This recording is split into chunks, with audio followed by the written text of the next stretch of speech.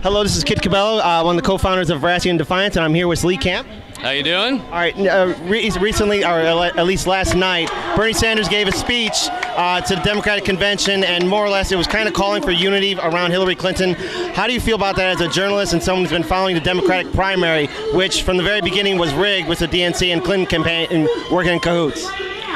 I'm unaware. Did Bernie Sanders say that? You know, I don't hear dumb things that I don't want to hear, so I didn't hear him endorse Hillary.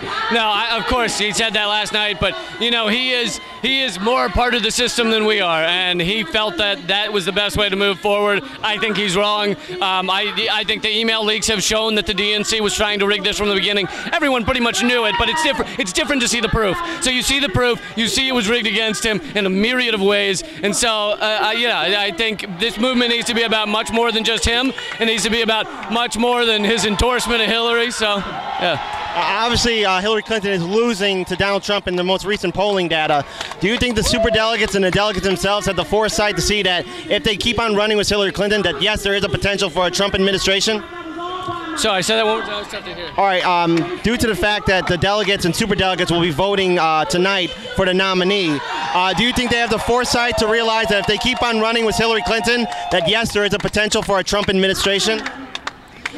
I think they realize that and they're going to do it anyway. No, I don't think. I have no illusions that Bernie will get the nomination. I've known it was over since after California, but I think the movement needs to be about much more than that. And you know, just because he says, "Oh, it's it's over, vote for Hillary," people should not give up and go home. They should get furious. They should be furious about the election fraud. They should be furious about what's going on in this country, and they should keep standing up in so many ways. And you know, so I mean, as I just said before in another interview, it's like even if he had gotten in the office, if this hadn't kept up, if this moment and this movement and energy hadn't kept up, it wouldn't have mattered whether he was in office. The president doesn't do everything, so it needs to be much bigger than that. All right, and what would concern you about a Clinton administration if she were to win the presidency?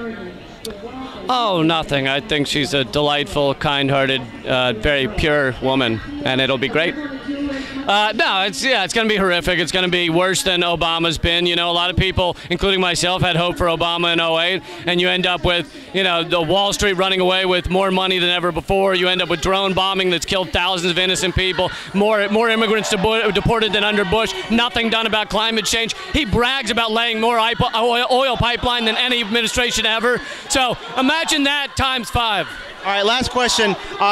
With many people upset that Bernie Sanders isn't going to become the nominee, is there potential for Jill Stein or Gary Johnson to actually get onto the debate stage?